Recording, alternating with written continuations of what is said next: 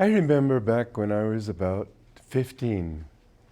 In fact, why say about? I was 15.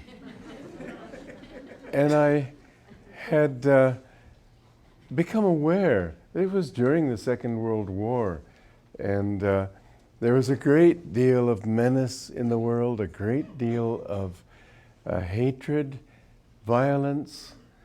I saw movies about the Nazis.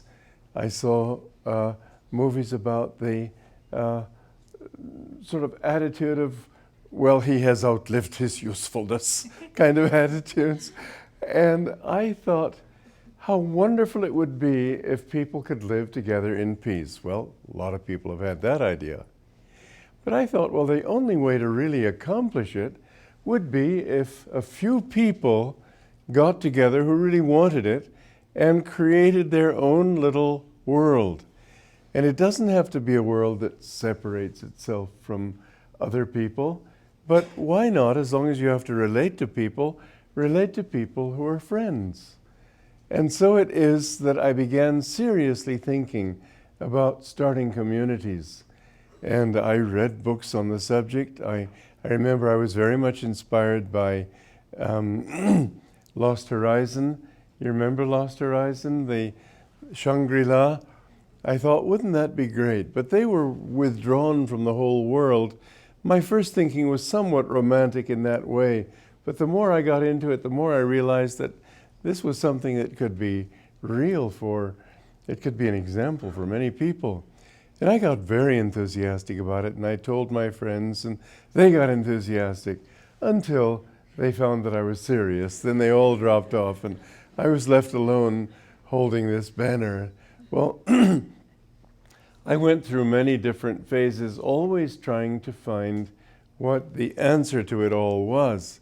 And I tried through politics, through science, through sociology, through art, through music, everything I could think of, carefully leaving God out of the picture. I don't know why. But I tried everything else. I wanted to be an astronomer and gave up when I was making a 6-inch mirror. And just toward the end, when I was just getting ready to finish it, it fell off the bench and cracked. And I sort of lost heart for it then. I think astronomy may have gained what they say the only people who really enjoy astronomy are the amateurs, because the professionals have to work so hard on all these mathematical formulae and so on. Anyway, I didn't ever lose. You want to bring this thing closer to me, Dave? I didn't ever lose this desire, but I found many different ways of hoping to express it until I came to Master. And I realized that, I discovered, I should say, that this was his, also his serious desire. He said one time, and I mentioned this last week, I didn't come to start sects, I came to start communities. He said colonies, but it's the same thing. Groups of people who live together trying to, you see, if you're trying to develop your own ideals all alone, it's much more difficult. If you can have other people who share those ideals, and I had read all about communism, socialism, everything where they try to impose these ideals on people. I thought that can't be the answer. You can't force people to want something. You can force them not to do what they want, but you can't force them to want. And Master's ideal was just made to order. I remember when he gave that talk in Beverly Hills, and you all remember it from the path, where he was saying, it was a garden party. I don't know what the hostess thought. I mean, what do you expect somebody to say at a garden party? Well, it's so nice to be here, everybody, and welcome and welcome and welcome. And it's a beautiful day, and you all have a wonderful time. Wow, it wasn't like that. I never heard a more powerful lecture in my life. He said, you must go north, south, east, west, everywhere to spread this ideal of community living. Thousands of youths must do it. And I was so moved. I vowed that I would do my best to bring this ideal to fruition. There were hundreds of people there. I think I'm the only one who really listened. At least I'm the only one who really did anything about it. But that one is enough, isn't it? It would have died a complete death if I hadn't. I said to Dayamata once, years ago, when are we going to start communities? She said, frankly, I'm not interested. That was the basic thought. But you know, every lecture I attended, Master would even digress from his topic to talk about communities. I'll never forget the lecture he had on my visit to Assisi. And he spent the whole time talking about communities. At the very end, he said, and so the thing is, when I went to Assisi, sort of tossed it off in a couple of sentences. But this was something he was so keen to get started. And I feel so grateful for you all, because I couldn't have started a community alone. You all sharing this ideal, catching it from me and deciding, yes, this was the right thing to do. It makes perfect sense. You get people who you see, if you had each one of you in this room went to a different city and settled in a job in the suburb, had a job in the city, worked in the suburb, lived in the suburb, each one of you, presumably, you meditate, not all of you perhaps, most of you certainly. Each one of you would be an example. But everybody who saw that example would say, well, he or she is a wonderful person. Somebody came here years ago and he said to me, you have some wonderful people here at Ananda. I said, listen, if you met one or two like that, you could say they were wonderful people. But when you see everybody, you have to say it's what they're doing that's wonderful. It's when you get a group of people doing these things and showing how, with a little bit of effort, they can change their lives. Then you begin to think, well, then this teaching has substance. And so the influence of Ananda is worldwide. Everywhere I go, it's not that I meet many people in London airports, for example, or whatever, who say, oh yes, Ananda. But people come from all over. You know, in Taiwan, we have sold 9,100 Education for Life in 3 years. That's pretty good. I suppose there are a few million people in Taiwan. Still, 9,000 is good. And you see that everywhere we have a wonderful reputation because those who have had any contact with Ananda say, well, they've got something there. Now, if you want to do good in the world, I think the best thing you can do is be with other people, because that is what begins to make an impact. People begin to see, well, I know when I started Ananda, I wrote, well, first of all, I tried, and Jyotish was there. He was the only one in this crowd here today that was with me then. It was in my apartment in San Francisco, and I called a group of people together to try to get them interested in starting a community. Well, a bunch of ringers came in who had nothing to do with, I didn't invite them, and it was not a pleasant scene. They were all accusing me of trying to, I don't know, do what, but all sorts of wrong motives. I remember this one man got up and he said, well, there were only about, 15 people in the room? It wasn't a mob. But he said, well, I know somebody who started something like this, and he became a monster. And I thought, well, I'm not trying to do this for me. But I couldn't get that point across, because people come from where they come from, and they're used to what they've lived. And so they couldn't imagine that anybody would do this if he wasn't trying to do something for himself. When I put out my first album of songs, and I think Boxes was among them, Anyway, I thought, well, let's try to get this moving. So I went to Los Angeles and was on a number of radio stations. And this one radio station said, well, what are you doing with these songs? I said, well, I'm hoping to build a retreat so that people can come and learn. Oh, so you can like make a lot of money, huh? Always people have this idea because that's where they come from. And the only way that you could really help them to know is to give them an example. Well, after that rather discouraging meeting at my San Francisco apartment, I came up here. We already had the land, and I had a tent on it. And it was something I'd bought in Milan. It was called Giulia. My cousin said, oh, you're going home to Giulia. Anyway, I sat in that. I'd prepared little 3x5 index cards for many years, and I had them in a little file. And for 1 week, I sat down and wrote wrote cooperative communities, how to start them and why. And of course, I didn't have money, and so I mimeographed it and sort of bound it together somehow, but it wasn't a book. It was just a big 8.5 by 11 sheets. And we put them in different bookstores, and a few people picked it up. I guess it looked different enough from other books. And we began to get people coming. And more, it was, that was the beginning. But just a few people. Jyotish, bless his heart, was the first one, basically. We had a few others who were coming at that time. It seemed like a far-out dream. I gave this book, Cooperative Communities, to a cousin of mine, not a cousin, my cousin's husband.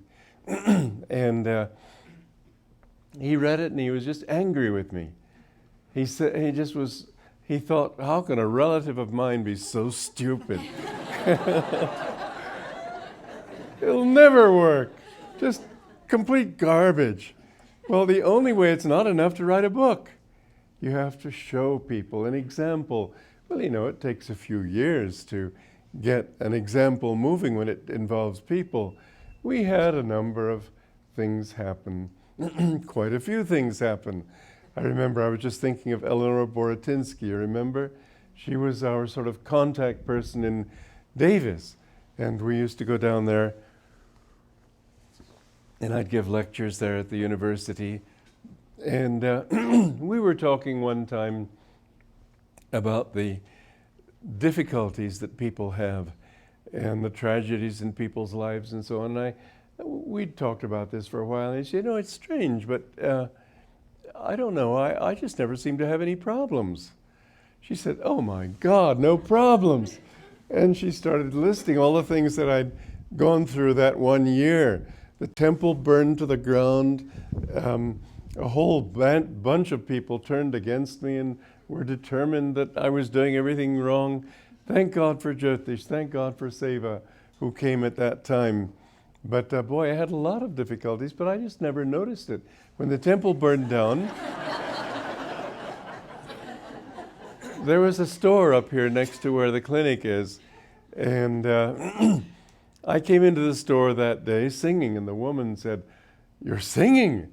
I said, well, I've lost a temple. I haven't lost my voice. And she said, oh my God, when my house burned down, 6 months I was crying.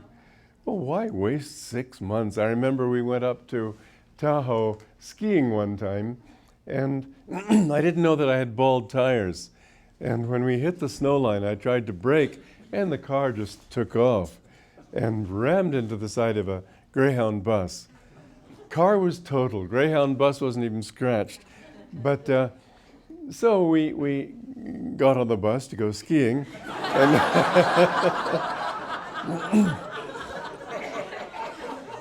one of the people in the bus said, oh, what a pity, you've totaled your car. I said, oh, well, I guess I have. I hadn't thought of it as a pity. It was just a fact. But when she said that, I said, well, yes, it's true, I've lost it, but a week from now I'd feel fine. Why should I waste a whole week? I feel fine. Attitude was the thing, basically, that helped build Ananda. That when you just, whatever happens, You say, well, look for the good side. Like the time, I've told this story often, and it's well worth repeating, when William the Conqueror landed before the Battle of Hastings, and he fell on his knees in the mud, and this gasp went up over his whole army, seeing this terrible omen.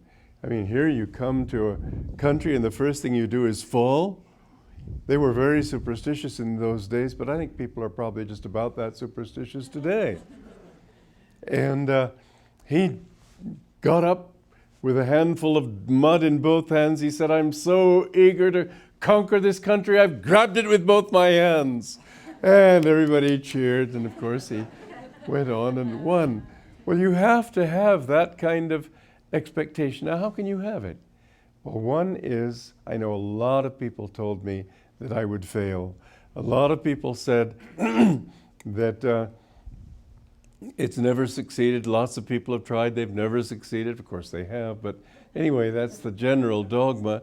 In fact, I remember we went down, I think it was on our 20th anniversary, went down to Encinitas with 200 people from Ananda.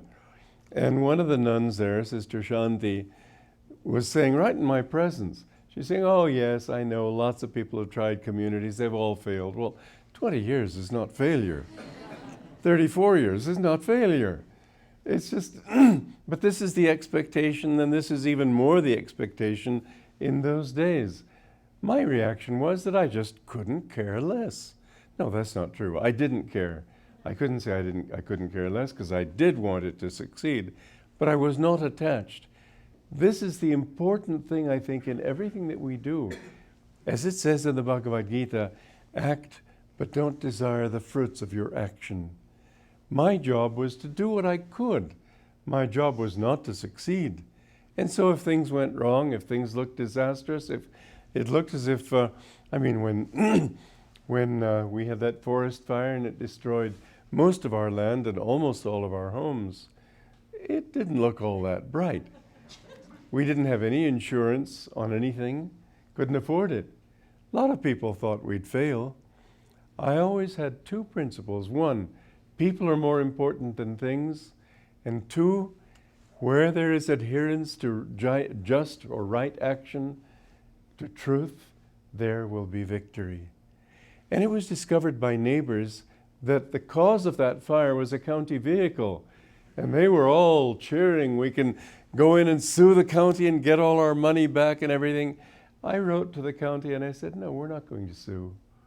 We don't want to take our bad luck out on our neighbors, because of course the county's taxes would have to be raised to help pay for the insurance. We were the biggest losers. We could have asked for $2 million and probably gotten it. Everything we needed to build Ananda. And I wrote and I said, we don't want to earn money. Suing is a dirty way to make a living. We don't want to earn money out of our neighbors. We'll take our bad luck, and if we can't survive, we won't survive. This is a big world. We can always do something. But that doesn't mean I wasn't dedicated. I've been dedicated since the age of 15.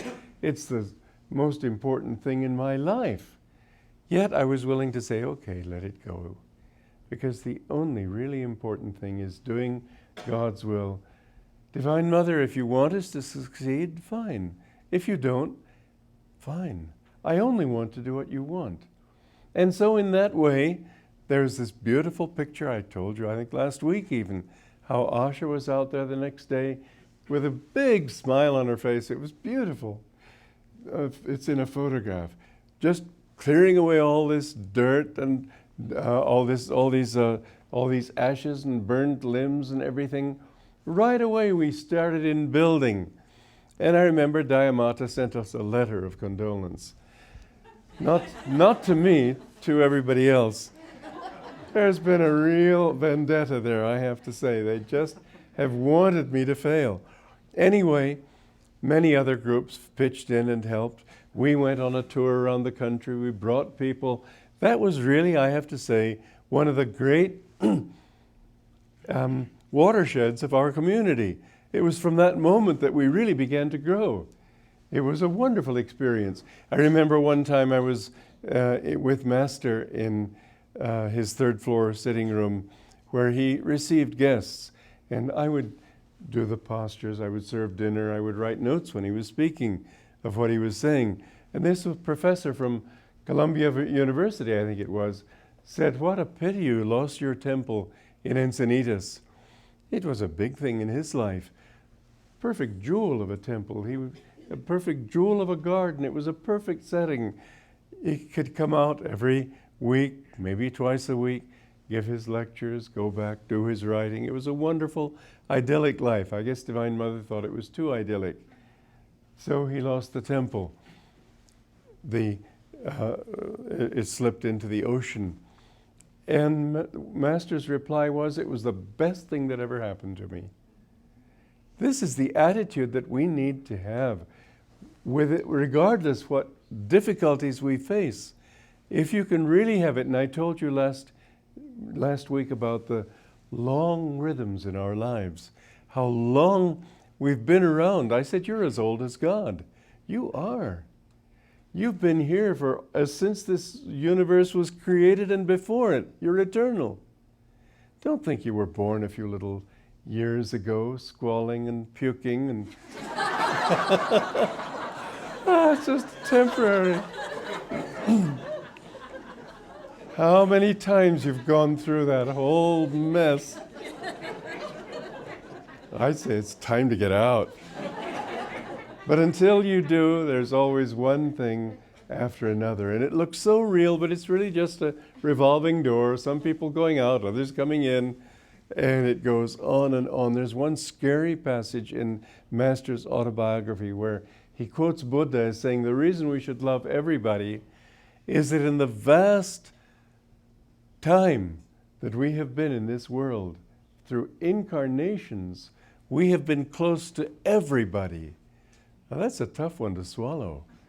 But when it comes from somebody like Buddha, at least you listen. So I was close to Stalin. God, I don't know, but there it is. We have been around so long, but what that should help us to do is that when we face a little test, don't think that it's going to be over in a few years. Don't think that it's taking up this much span of my life. It's just a tiny little episode out of billions of years. Think of it that way and you'll see that nothing's really very important. We are here really only to love God, to serve God. Everything else is very temporary. Now then, in the evolution of the soul, and you know, I've been doing a very interesting project. What happened was this. I was in New York, and Sean told me that we're going to print several of Master's books that have entered the public domain and make them look attractive and so on. He mentioned Science of Religion. And I thought, well, that's interesting. That's a wonderful book, but almost nobody's read it. Many who have read it couldn't get through it. And I myself found it extremely inspiring. In fact, I've recognized it as the central teaching of Master's entire mission. But then I remembered that about 1955, Laurie Pratt, Taramata, said to me, I'm thinking of dropping the publication of Science of Religion. I said, why? She said it wasn't written by Master, it was written by dear Ananda. Dear Ananda was somebody who betrayed Master in 1931-32 and nearly destroyed the work in the process. And I sort of couldn't put it together. I mean, it being Master's book and written by somebody else, I couldn't quite understand it. But I said, well, it would be a pity to drop the book because it's so important. Then when I was in India in 1961 I was talking to Swami Satyananda, who was a friend of Master's and dear Ananda's back when they were all boys. And he said that when Master went to Japan, he came back with this outline of the way he would present his teachings. And he said, I don't know English well enough to write it, but dear Ananda, whose name was Bakshi at that time, he asked him to write it. And so dear Ananda wrote it, but it was Master's ideas. And really, the person, the ideas, the author is the one who gives the ideas. The other is secondary. So it isn't Dear Ananda's writing, it's Dear Ananda clothing. I mean, if you look at a person dressed, is he his clothes or is he his person inside the clothes? Obviously, he's the human being inside. The ideas of a book are what really matter. In translation, you don't even get anything but the ideas. You don't get a single word from the original. And so it was Master's ideas, but I have to admit that the book sounds as if it had been written by Jeeves. Very pompous, very scholarly, very convoluted, very sort of looking for the more difficult word so he could impress you with his vocabulary. This sort of thing that scholars like to do when they write. When I have a choice of words, I always go for the simpler word. It's, if possible, because there are nuances that don't always make it possible, but it's the simplicity of expression is what really touches the heart. That book didn't touch the heart, it touched the mind. And so I thought, well, let me write that book again. Master told me to write, and this is an example, and edit. This is an example of something I can do. So that's what I'm working on right now. And I think you'll find it quite exciting. Really, it is. I'm on chapter 3, but it's not a long book. It's only 110 pages. It may end up being a little longer, I don't know. I'm throwing in a few stories that I heard Master tell, like that beautiful one. I just finished writing it this morning of a man and his boy. The man went out to sell a donkey at the market. And he took his boy with him, and because he wanted the donkey to be in good shape when he was selling it, he walked beside the donkey with the boy. And they passed a few people coming the other way. And he heard one of the people saying, "Look at that crazy thing, they've got a perfectly good donkey to ride and they're walking. What stupid people." He thought, well, it does seem a bit eccentric. And okay, so he got on the donkey, and they were riding along, and some other group came by, and they saw him, and they said, "Look at that healthy, strong man, and his poor little child has to walk. What cruelty! What arrogance!" And he thought, well, gee, I don't want people to think I'm arrogant. So he got off the donkey and put his boy on it. And they passed another group. And the group, seeing them, said, "Oh, for heaven's sake, here's this healthy man walking, and he's got his little boy riding. I mean, this poor old man, not this healthy man, this healthy young boy. What's this poor old man walking when he's got his boy there? He must have no discipline in his home." And the boy thought, well, and then the man thought, I don't want people to think that I don't run a decent home. So they both got on the donkey. And you can imagine what came next. Another group came by. "Oh, what cruelty to animals. 2 people on a donkey." And he got so fed up, they were on a bridge, he just got off and pushed the donkey into the river and walked home. I remember Master laughing over that story. But you know, the moral of it is obvious. Don't wait for other people's opinions. Do what you've got to do. I had so many people telling me it wouldn't work. It didn't matter what they had in mind.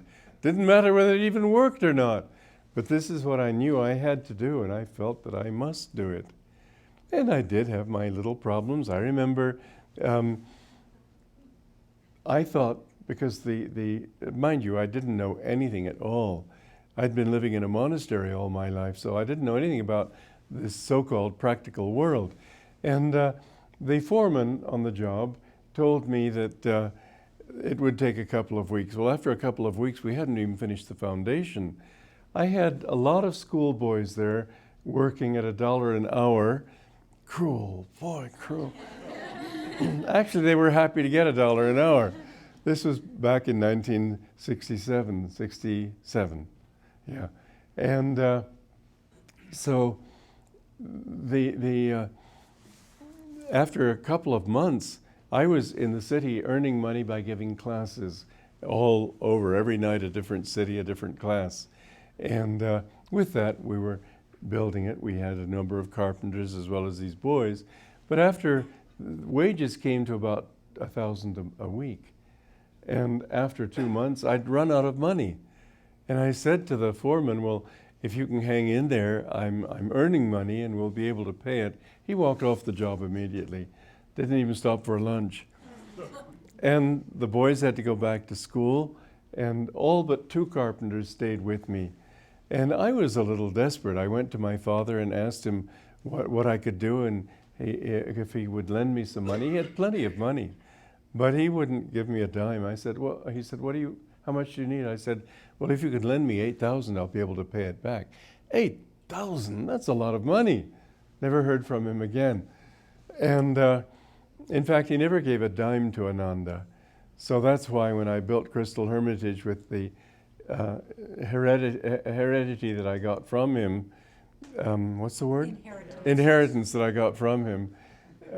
I thought, well, if I give it to Ananda as I'd want to, he would turn over in his grave or weep tears in heaven or whatever.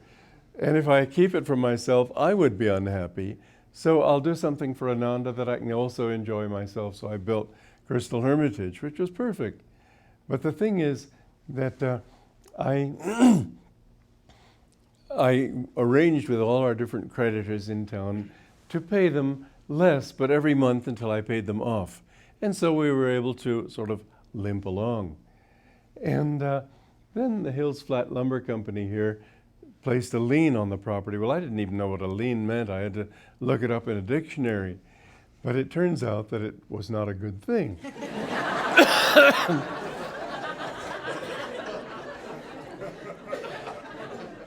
2 weeks later, I got a letter from their lawyer saying that if I didn't pay up within 2 weeks, they'd just take my property. Well, I called the man and he said, well, you know, Don, you got to be practical means greedy.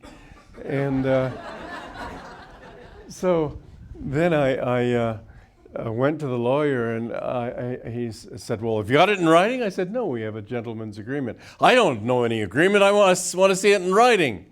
All this greed, you just aren't prepared for it if you've been living in a monastery all your life. I didn't know what to do. I knew I'd pay it off, but I couldn't do it immediately. So at that time, Seva loaned me and finally gave me $2,000. That helped. But it wasn't the $8,000 I needed. It wasn't the ongoing expenses I needed.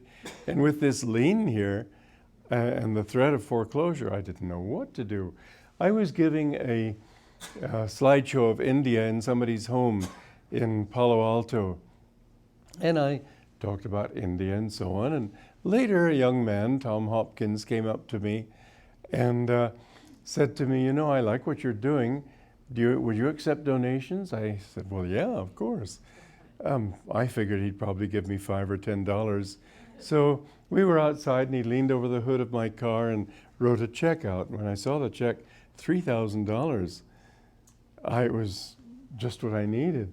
So I phoned the man at the lumber company and I said, I have the money now to pay you off, but I'm not going to pay you.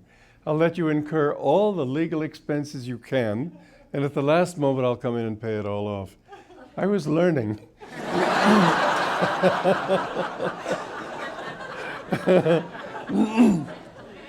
don't like to think that way, but it just seemed like he deserved it. So he said, oh, well, if you can pay me, I'll give you a big discount if you pay me now. So he dug a ditch for me and fell into it himself. But with all these things, bit by bit, you see what it is today. God is the one who did it. I can't really claim much credit. I sort of stumbled about, not even knowing, but always figuring, I'm doing it for you, and you'll save me. Well, he does save you, but I didn't think that he'd make it so hard. I sort of expected that if you do something for Divine Mother, she'll say, well, here you are. I didn't think she'd give me as many tests. I mean, SRF has done its best for 12 years to destroy us. It's just the name of the game, I suppose. I would never do it to anybody, but they're doing it. Why? You ask them. I've tried to figure it out for years. I have never yet understood. Oh, sure, I know. they think that they're protecting Master's work. I really think what they're protecting is their own self-esteem after having thrown me out so brutally as they did. But what a blessing that was. Just as losing the temple was a blessing for Master, so being put out of SRF made all this possible. We need to look at life in a different way. And our attitude toward it should be, above all, not, as I've seen, in Italy it's a joy to lecture to people. Here it's a joy too, but there's more of that mental, well, how does he mean by that? That sort of calculating and figuring and so on. But the way that we can really understand is with the heart, not just with the mind. The more you feel, the more you do understand. Until you do feel, your mind can figure out all sorts of things. I've been blessed with one little quality in my life, and that is that I have a very good reasoning ability, but it's made me suspicious of reasoning. I used as a child, just for the fun of it, try to use specious reasoning to prove something that was obviously ridiculous. It was a game with me. I enjoyed doing it. We all had a good laugh over it. But I've seen in life that people will use reason in so many twisted ways. Jean-Paul Sartre is a very famous philosopher. He's not that much adhered to today. He was earlier. Now it's his followers who are still adhered to the same philosophy. But he said, as a premise, man is radically free. Well, to me, that's something you need to prove. He took that as his premise. Then he went into he just threw dust in the reader's eyes by going through all this elaborate reasoning this way and that way. And at the end, what does he say? And so this proves that man is radically free. Well, of course, it doesn't prove a thing. That was his premise.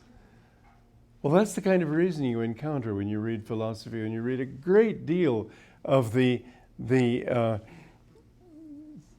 reasonable thinking, because reason can go in so many circles, you sort of forget what you were even talking about. And you end up, I had this wonderful experience, and in fact, that's why I wrote this book, which hasn't yet come out, but it will be. We've got copies of it. We gave out about 300 of them in New York at the book show, and I think that they had to ship them, but we'll get them tomorrow, the day after, whatever. They'll be here. Then we'll get a much bigger printing and a few little corrections that were needed in May sometime later this month. But anyway, I read this book last year it was by Robert Downes, called Books That Change the World. And I read this book out of sort of mild interest. I tend to read a book while I'm having lunch. No one to talk to, so I have a book to talk to. And I was just amazed. Here, all these highly intelligent people, considered geniuses, coming up with conclusions that if you back off from these things and think about it, you say, well, that's not true. That simply isn't possible. Doesn't make sense. I gave you a few examples last week. Adam Smith, with his talking about how everybody's just, you've got to be interested in yourself. Self-interest is what really generates the movement of an economy. And I said, well, that's true, but there are two kinds of self-interest. This is what Master gave us in that book of The Science of Religion. One is grabbing, the other is expanding. When I can have self-interest that includes you, I feel much happier than when I think, what can I take from you? You'll notice, and here, this is one of the wonderful things about living in a community. It's one big laboratory. You have certain principles. Some people live them better than others. And in every case, those people who think, well, I've got to get my trip together, I've got to think about me, I've got to do my thing, I've got to think for me. You see them after years of this kind of thinking, they still look heavy, downcast, there isn't the same light in their eyes. Then you think of people like Jyotish and Devi, who all their lives they've thought, of how can I be of service? How can I serve God? What can I do for others? And you see that even when their house burned down, Devi, it was a big test for her. She'd just given birth 10 days earlier to their son, their first and only son. Naturally, it was a very hard test for her. And Jyotish, to encourage her, said, well, listen, at least we won't have any trouble with those leaks anymore in the roof. Well, this is the kind of positive attitude that you see when somebody isn't thinking, oh, my house, my this, my that. 10 years after the fire here at Ananda, neighbors of ours were still weeping over what they'd lost. We were laughing the next day and joyfully getting in, doing what we could to rebuild. Now, God helps that kind of attitude. There's a story I've always loved. It's about one of the monks at Mount Washington, Paramhansa. At that time, he was Arne Lipovets, and he was a nobleman in Yugoslavia, and he made many first ascensions. This one was a very fascinating story. He went up this mountain nobody ever climbed before, but he studied it and he thought he could. And he got to almost the top, and there was this ledge there. And when he started trying to climb, the mountain went out like this and sort of in a lip before it reached the top. And he got to that point and he thought, well, there's no way I can go down. There's no way I can go up. There's no one I can call. There's nothing I can expect except to just starve to death. And he thought, well, there's no point in not trying. And so he started to climb. And as soon as his body got a little upside down, he fell. Well, about the 25th time, suddenly a force had pushed him against the mountain. The angels are there too. God helps those who help themselves. There are many stories like this of people who in their extremity, somehow, if they've done their best, something comes along and helps them. He was held against that mountain all the way until he reached the top, and then he could walk down the other side, which was easy. But you will see that if you do your best and do it for God, that God does take care of you. It isn't that he sits back and waits for you to do it. Boy, that was one of my tests too. I had this group of people living here, and I still had a mortgage to pay. We had to pay off this land that we got. This wasn't on it, this came later, but the other farmland. And nobody was making a living. And I said, well, okay, I'll go out until this was in the end of the year, I think. I'll go out and earn money by giving classes for several months. But at the beginning of June, I'm going to move back here. I'm not going to spend my whole life supporting this place. Well, they thought that I was being a complete materialist. You're only thinking about money. Well, no, I was thinking about saving a place that we could live here. And I wanted them to help me in this. And Jyotish went down and started the incense business, and others tried to pitch in and help build little businesses. But most of them were sitting here thinking that they were living for God. Living for God meant going to the river and swimming every day. And I came up and I pleaded with them one time, let's get together and let's build this thing together. They were just outraged. They'd wanted me to give them a beautiful satsang, and instead I was saying, let's make some money so we can support this place so we can have satsangs. And they were just all upset, and it seemed to me in those days as if I had only to open my mouth for everybody to jump into it. But anyway, it was a little testing to feel that not only was I out there earning the money to pay for this land, but giving them the justification to think that God would take care of them without their doing anything. They felt that I was proving their point. And that's when I moved back here finally, June 1st. July 4th, the temple burned down. Yeah, you can expect difficulties. I don't regret a single one of them. It's been a great joy. You can't win a battle by just sort of sitting there and hoping the enemy will go away. You have to do what's necessary. And if you're out there and let's say you're fighting with swords and somebody wounds you, You can't say, oh, you hit me. Why did you do that? No, it's the name of the game. So be courageous. And if you have this kind of stick-to-itiveness and determination, you will see that what you do, never at any time did I worry about it. I knew it would succeed. But how did I know? It wasn't a vision. God doesn't give me visions, but He gives me guidance, and I just know what has to be done. And somehow that works. And somehow I think that's good too. Because if I had a vision, I would say, well, I've seen this beautiful place up there on the mountain, and it's all going to come, and we don't have to do anything, it'll just be there.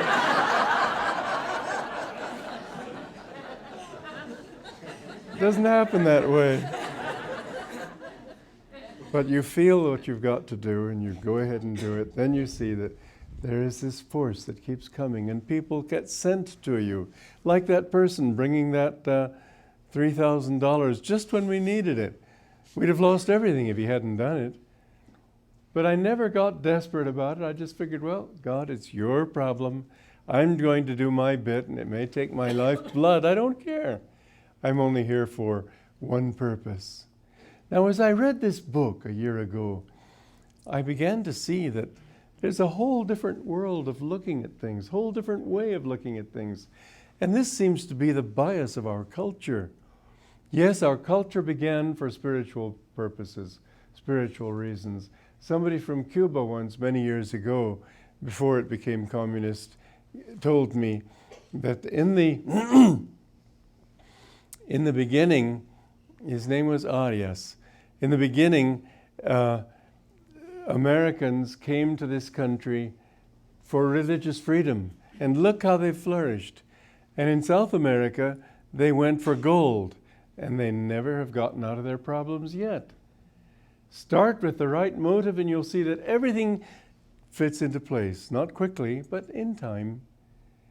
Start with the right motive. And when I read and I saw that Darwin, for example, talking about evolution and only talking about the mechanics of it, as if we were only just sort of, it's all too much in the mind. The heart doesn't accept that. The heart wants aspiration. The heart sees hope and progress and so on. The mind tries to figure it all out. And he figured that well, with Mendelian inheritance and all these different things, survival of the fittest, it all comes back that we are only the product of our past. And I told you last week about people think that we're descended from the monkeys, and I say, well, if you really want to be honest, why not say you're from the worms? And why stop at monkeys? Go way back. But is that who we really are? We're our dreams. We're our expectations. What we're trying to accomplish. As I said, Leonardo paints a painting and starts with one line. And somebody comes, well, wait a minute, I think that line would look better if it went this way. He'd say, for God's sake, let me finish my painting. And so you look at somebody and you say, oh, you slipped. Oh, you sinned. Oh, you did this. Oh, look what a fool you've been. Oh, you think that getting drunk is going to give you happiness? Look how unhappy people are who get drunk all the time. And one thing after another. And so if you look at people where they are, as well as where they've come from, you don't see answers. But if you see their aspiration, and if you see that they can move in that direction toward their aspiration, if you see there are some people in this world, and again, that's what's wonderful in a community, because you can see them right before your eyes. People who live right, people who live thinking of God, people who live generously, people who don't live for themselves. Somehow, not only does everything somehow come in the clear, but they become more and more peaceful, radiant, happy, generous, wise, all the things we want. And so you see that indeed there is a lesson in this great school of life.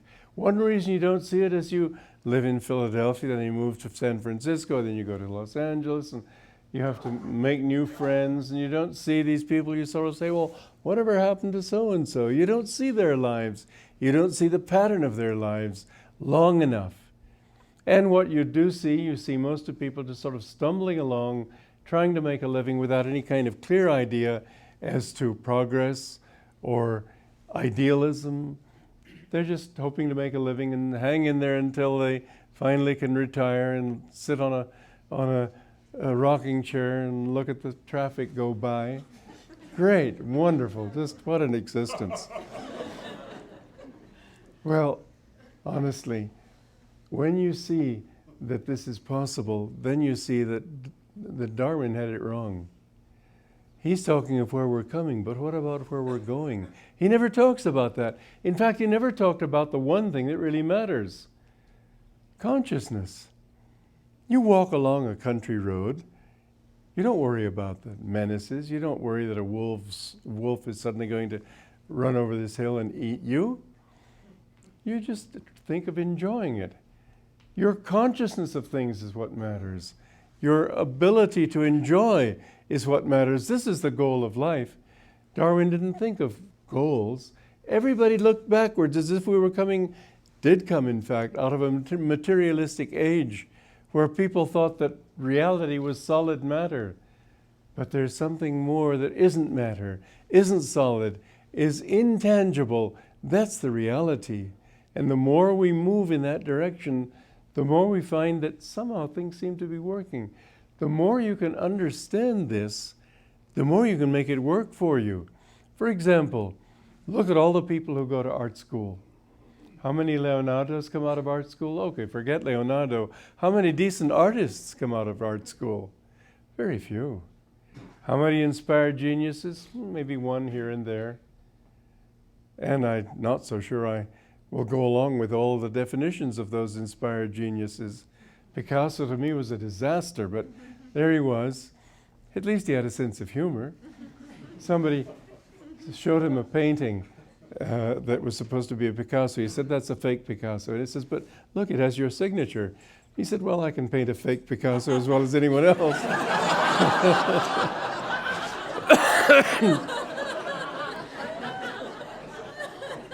But a story I like better from Picasso was that he showed this new painting and everybody was raving about it because they figured it came from Picasso. It had to be great. So after all the furor was at its height, he confessed that it was really painted by his pet monkey. Everybody was left with egg on his face.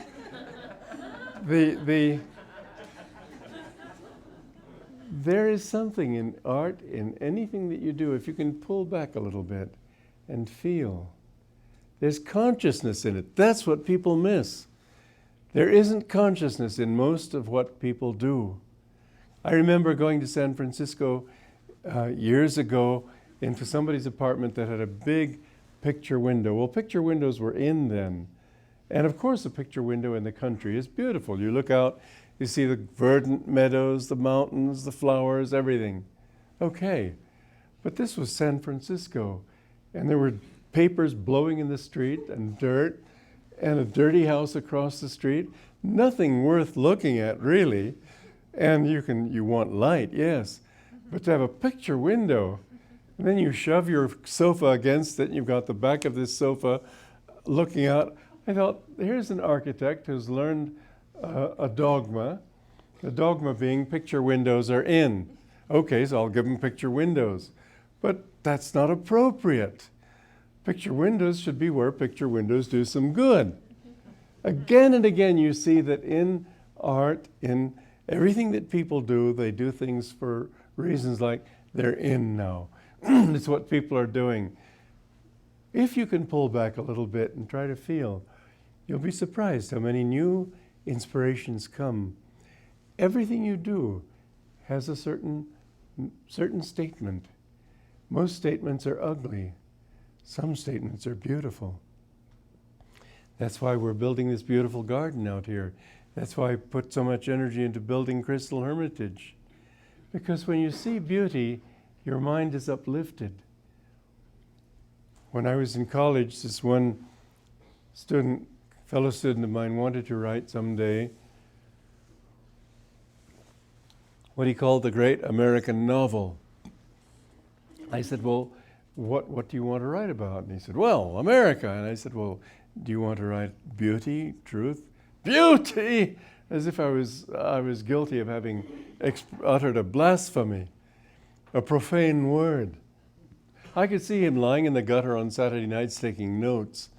To me, you see much more when you're on a mountaintop and can get a view.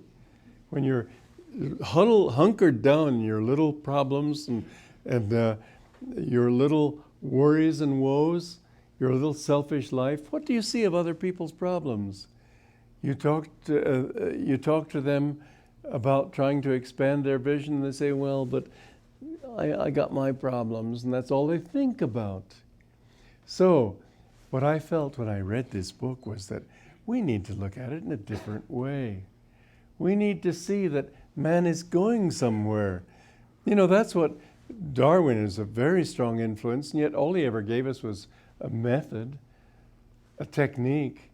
He didn't give us a truth. Truth is still there. There's consciousness in everything. If you go to the Monterey Aquarium, I was fascinated to see there's a little kind of mollusk there. And all it does is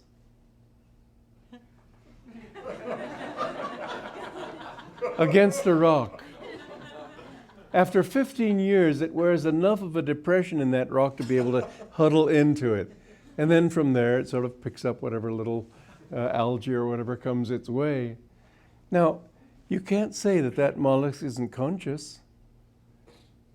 When Descartes said, I think, therefore I am, I doubt that that mollusk is thinking anything. He's just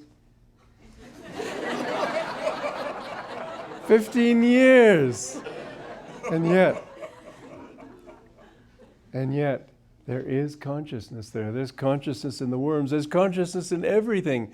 In this century, starting with J.C. Bosch, but it's been, others have done the same experiment and made the same discovery, that there's consciousness in the rocks. There's consciousness in metals. I think it was Karl Bonhoeffer who said that the response that he could get from metals was exactly, in every respect, the same response that he could get from nerve tissue. Now, there are two possible interpretations. Either nerve tissue is not aware, or metals are aware. No, I don't see any other alternatives. Either everything is unconscious, and we're just a product of a bunch of molecules that happen to hit it off and produce this body and this brain, and so a little bit of electricity went around, so we begin to think, but we're just unconscious, like this KGB torturer in a cell in communist Russia that Richard Wormbrandt talked about, that was torturing a young girl, well, young woman, I suppose. And he said to her, "They're no more conscious than that concrete wall." Well, that meant he wasn't all that conscious. But that's not the truth. You can't say we aren't conscious because it takes consciousness even to say it. It seems like of all possible superstitions, that's the most ridiculous. It's far more reasonable to say there's some element of consciousness even in apparently inanimate matter. Consciousness is really the keystone to everything. And the more consciousness evolves, the more it begins to react. Now, that mollusk wasn't reacting. It was just acting from its own inner self. But once the reactive process comes into play, then you see what Master talked about in the science of religion. He said that all living beings are really motivated in two ways. One is to escape pain. The other is to find happiness. Now, I don't suppose that a worm, which can at least be trained to go down one particular channel, if you apply electric shocks to it, going down the other channels, it's obviously doing that to escape the channel that'll give it pain. I doubt that it has any great and glowing idea of the happiness it's going to find going down this other. In other words, it's a very primitive sense. But you see as life evolves that something else is coming into play. There's more consciousness. There's more awareness of seeking happiness. You see this in animals. You see this in the vertebrates especially. Happiness is still, even among human beings, of a low order.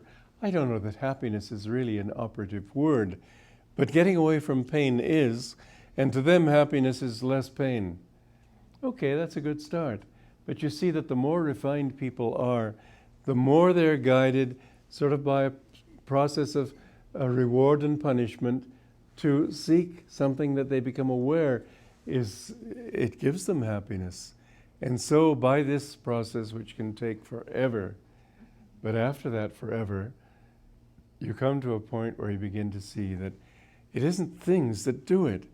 It's something in consciousness itself. I enjoy ice cream. You don't enjoy ice cream. Is it the ice cream that makes me happy or that makes you unhappy? No. It's my expectation of enjoyment in the ice cream. So it's me. I make myself happy. And so consciousness begins to take an interest in this, and whatever I experience in life, it helps to my consciousness begins to unfold, and I begin to see more and more possibilities. So that where in the beginning, I remember I went up to Mount Waterman with Norman, a brother disciple. This is in Southern California. And it was an absolutely wonderful experience. The sun was going down in the west, and there was this golden light in all the mist in the valleys. And behind us, the full moon was rising, and there was this beautiful blue mist in the east. And it was so thrilling. But I remember Norman in exasperation saying, "But if only I could feel it." And that's the trouble. You're sitting there enjoying, and suddenly your stomach burps and it rumbles. You feel a bit uncomfortable. You got a mosquito hitting you here. The body gets in the way. The ego gets in the way. And there's something in us that would love to get rid of the body, get rid of the ego, get rid of this limitation that makes us constantly think about ourselves. Here I'm enjoying this beautiful scene, and I'm, oh gosh, that rock's awful hard. If I could just forget this stupid body, if I could just feel I don't have to worry about supper, I just can get out of this body and just feel it, be one with it. That's what the spiritual path is really about, to take us away from this little self, to take us away from the ego. Now, what's the alternative? The alternative, well, it was given to us by Karl Marx, who considered himself a disciple of Darwin, and he felt that he had discovered the law of evolution as applied to society. And so he said that we are really our basic self, and he exalted the basic human being as the epitome of the best in human society. What is that basic human being? Somebody who doesn't think particularly. It's all chaws. Yeah, well, you want that tree over here? All right, I'll move it over here. You don't get much sense of inspiration from that. He wants, well, I don't mean all workers are stupid, but basically in a society, they represent that part of society that is more interested in working only manually and not using the mind. In other words, the less evolved spiritually. To him, they were the real paragons of society. Well, that meant that all intellectuals, all higher things, if they weren't willing to go along with the philosophy of the state, they had to be, well, there are solutions to all these things. You try to impose a philosophy on a few million people, the solution is kill those who don't agree. And so what have they done? Well, 100 million people killed. Oh, what's that? Tiananmen Square, 10,000 people rolled over with tanks. Well, what does it matter? 10,000 people. That's their attitude. They're no more living anyway. They're more conscious anyway than a stone wall. There's something in human nature that just rebels against that idea. It's a backward philosophy. It's trying to take us back into Kali Yuga. It's trying to take us back into that state of consciousness that we're doing our best to get out of. In fact, what you face today is a great battle, a great war between aspiration towards something higher and this anchor that pulls you down and says that the reality is where you've come from. The reality is just your gut desires, your physical desires, and that's all. The more you can live like that, the better. Like A Dream Girl was a play on Broadway years ago, and it was acted at Dock Street Theatre when I was there studying how to be a playwright. This was in 1948. And there was this girl who had all these idyllic visions of what life ought to be, and this down-to-earth male who kept bringing her back to the realities. And of course, the playwright was on the male's side, and so she had to be shown to be foolish. Well, that's the philosophy that we've come out of. We're not out of it, but we're moving out of it. And Ananda's purpose is to help bring people out of that. Ananda's purpose is to say, hey, look, that isn't what life's all about. We have aspirations. The very fact that we can dream of something higher, the very fact that we can want ideals, God, truth, means that those things are not just figments of the imagination. They're possible. We have it within us to achieve everything that we long to achieve. There isn't anything that man has in his mind that he can't achieve in the end. I remember my dad telling me, well, they'll never get to the moon. To him it was an impossibility. Well, he lived long enough to see that people got to the moon. The things that a few years ago were impossible are now beginning to be dreamed of. We're living in an amazing age, but don't get the wrong handle on this age. Don't make the mistake of thinking that your answers are going to be to cling to the old traditions. It's in the future that the answers lie. And Ananda is a very important aspect of reaching out toward that future. When a few people living together, finding ways that work, experimenting, trying it. Nobody's imposed a dogma on anybody. Everybody's free to leave. But more and more people see that it really does work. And they see that psychology itself, like Freud, that's not the way to do it. You don't get people to find what they want by just removing all those things in the subconscious. You have to, as Master used to say, you don't get rid of darkness in a room by beating at it with a stick. Turn on the light. Bring truth into life. Bring love into life. Bring joy into life. Don't worry about all the problems you've got. Don't worry about all the hang-ups and frustrations and so on. The more you can think in terms of, the more you can be solution-oriented, not problem-oriented, the more you find that those solutions themselves generate a kind of magnetism that draws you toward them. I don't mean that psychology is wrong. No, it does good. There are people who have mental problems I couldn't begin to help. Psychologists perhaps can. Psychiatrists perhaps can. But that's not going to give you freedom. I have yet to hear of a saint who's come out of psychology. Sainthood and beatitude and joy come from looking for those things, not thinking about your past and where you've come from, where the monkey, subconscious suppressions, repressions and everything, thinking about what you are looking towards. Again and again, you'll see that the more you live with the thought that your ideals are the magnet that draw you, not your problems, the things that need to be worked out so you can move, you'll find that the more you move that way, those problems which seem like anchors just dissolve. They cease to be. Again and again, you'll see, okay, I have this problem with this person. I'm going to try to figure it out. Now, when I see him act in such and such a way, maybe he'll get the point. Usually it's his problem. But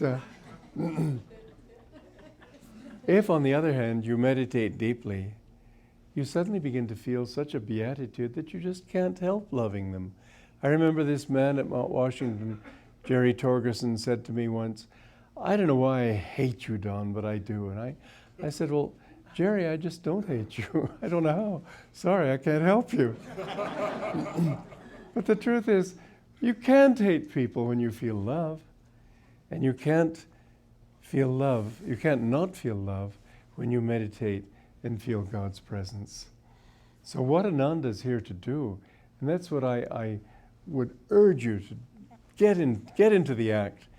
Otherwise the world's passing you by. And when you die, what will you have accomplished?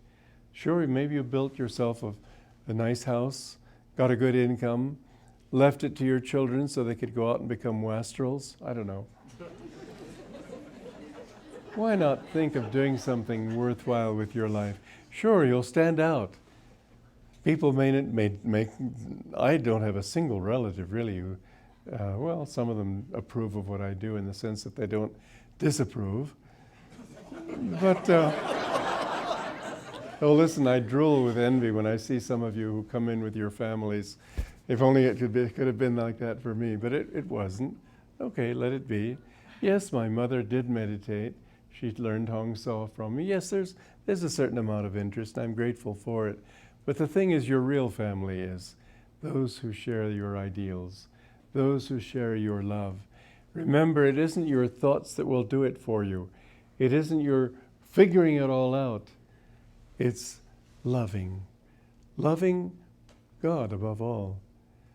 To love people can be a great trap. You know why? Because you find yourself slipping into I love him because. Once you love him because, you don't love him, this other one, because of something else. This one's peaceful, so you see somebody else who's restless and you don't like him. You get into likes and dislikes. But if you love God, you find that that same God is in everybody. And if you love God in everybody, then you love everybody the same. But how can you love everybody? You look at somebody with a vicious expression in his eyes, a very selfish look in his eyes, and you think, how can I love God in him? I don't see God in him. The answer is seek God here first. And the more you feel God's presence inwardly, the more it spills over, and you just automatically just give it to people. You feel that